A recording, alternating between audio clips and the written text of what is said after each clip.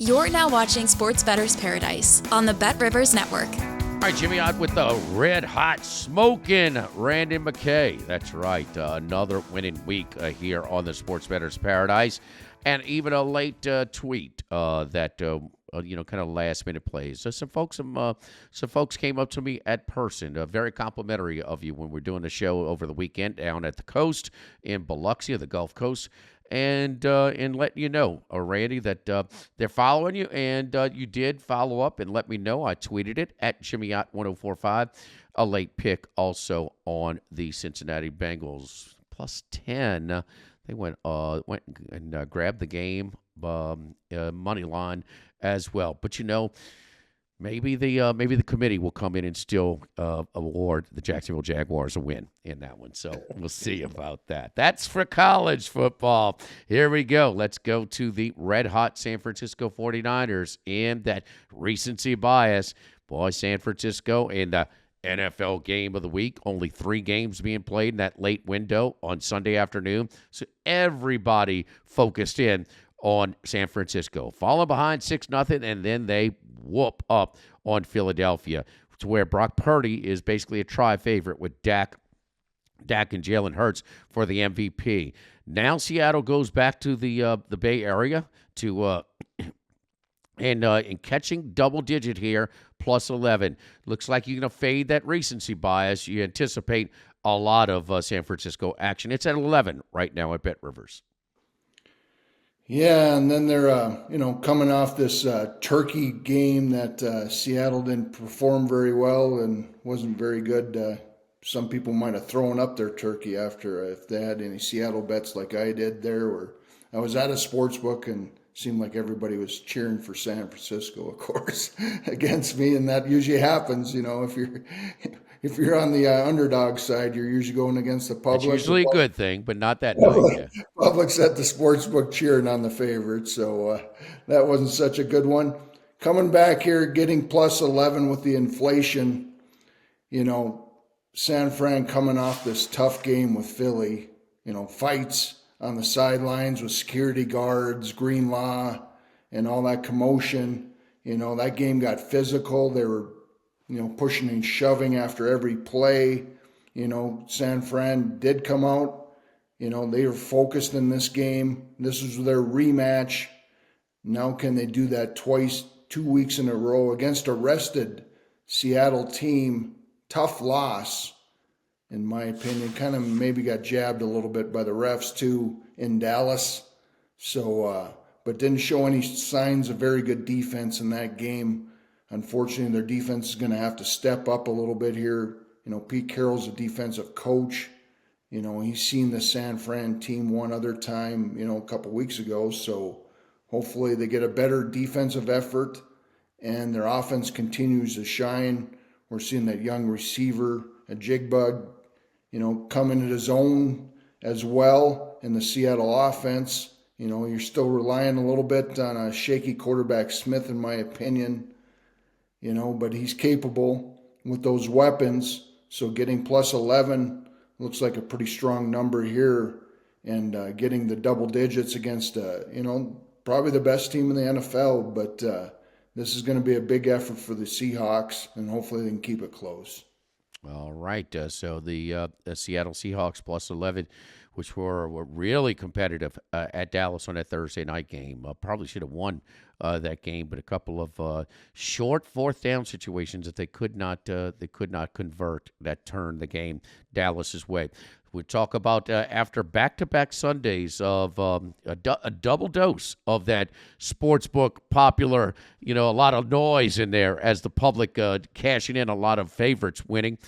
Well, it spared them a little carnage on Sunday and Monday night's results, certainly with Green Bay upsetting Kansas City. A lot of money line parlays reported closing out with those teams, and Green Bay looks better, and so does Jordan Love. Here we go. Another recency bias fade here. Green Bay, everybody watch them. Look so good against the public Chiefs. You like the Giants plus 7 hosting the Packers on Sunday. Yeah, and the line pretty much 6.5. It's, BetRivers lets you do it in other books. It'll let you buy that half point up for minus 120. That's a little better bet. Green Bay coming off their two biggest wins of the season, Detroit, and now this fiasco against Kansas City there at the end. I didn't really watch it, but I just caught the replays.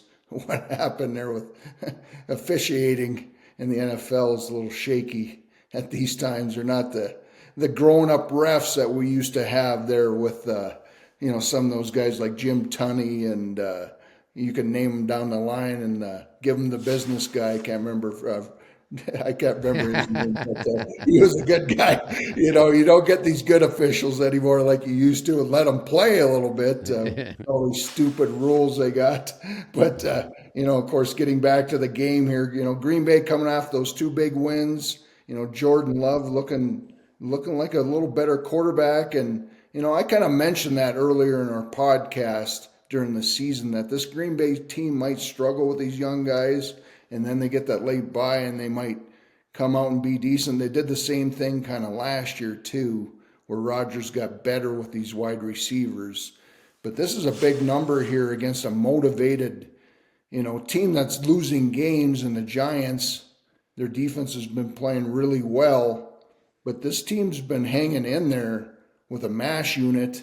They get a week off, more rest here. Green Bay's got to play two primetime games in a row. This is a Monday night doubleheader. There's another game too, Tennessee and Miami there too. That's a high spread one, but I'm going to stay away from that one. But this game here, two primetime games in a row, short rest against a rested team. A little confidence here in DeVito. Everybody thought, he's not such a good quarterback. Well, he's got a little swagger to him. Daboll gets a week to get him a little bit more acquainted with the offense, probably get some more plays in there for him, and that team gets a little bit more healthy. So getting this high plus number with an underdog that's going to be motivated on a Monday night football game is a good spot here. Yeah, I mentioned Sunday. It's a part of that Monday night football dual broadcast, not so much a staggered doubleheader, but these things will be teeing off right at the same time on Monday night. Thank goodness that they are giving us some sort of distraction from these the Jets or Giants in standalone spots. So thanks for sparing us that. The flex coordinator has been asleep at the wheel pretty much the entire season in the NFL. Get extra value this football season with BetRivers Squares. Went up to $10,000 in bonus money. Bet $10 in same-game parlays on any game with the Squares icon to earn a square. That's brought to you by our friends over at BetRivers. All right, your final pick this week, Randy. We're looking at a teaser here, going with a couple of divisional games. Let's start off with the first half of the teaser. This is the NFC South game. Atlanta beat Tampa Bay in Tampa Bay. Now they'll play in Atlanta. Atlanta's 2.5-point favorites. Yeah, and so far my teaser record, I don't think it's been that great on the podcast. Hopefully we get them going here, but these standard teasers have been pretty strong all year, and this is a low total one with these two teams that like to run the ball, especially Atlanta. Taking the ball out of the hand of Ritter there and company, and that was an ugly win for them in New York. That game could have probably landed 2-0, the way it was going. But if you had some in-game unders were very strong in that spot, along with the ugly New England game with the Chargers there. So there's some good spots in-game last week, and this was one of them. And this Tampa Bay team, this is a low total as well. So, getting their defensive guys back, David's supposed to be back. And, of course, the other good linebacker there from LSU, he's been banged up, but he's supposed to be all right in this game. So got him as well. So they get their defensive guys back. They got shoved around a little bit by Carolina, challenged at the end. Got us the cover, which was nice. But I can see, Mayfield looks a little shaky. Maybe he has some little bit of injury. But, this game's a low total. Getting up to 8.5. This game could be pretty bloody. It was pretty bloody last time. Low scoring. So, a plus 8.5 dog here teased up. Looks pretty strong with the other game I got paired here. All right, the other one is in the AFC West in Denver and the Los Angeles Chargers. The improved Denver Broncos. Finally, the winning streak came to an end, but not without threatening at the end a first and goal on a third down scramble interception in the end zone by Russell Wilson. 3 of the day. So finally, they had it flipped on them, the turnover margin there. Denver is going to L.A. Well, they have equal as many fans for sure. Denver plus 2.5. You get to tease them up to 8.5 over the hot numbers of 3 and 7. Yeah, another pretty standard teaser here. Unfortunately, Denver couldn't get us in the contest. I had Denver too as well, and couldn't get that backdoor or couldn't get that touchdown there to take the lead. Kind of a frustrating game there. Overall for them, they had their chances to win that one. That got kind of coin flippy, but one I missed, unfortunately. Hurt a little bit, but, I'm still doing all right in these contests. But this Denver team playing decent defense, forcing teams to kick. They had a lot of field goals there. Houston did. Their defense shined, of course, when they had a couple bad turnovers. And then on the other side, this Charger team, their offense is pretty broken up at this point, with their injuries, the offensive line, receivers. Herbert doesn't even look right out there. He's checking the ball down a lot.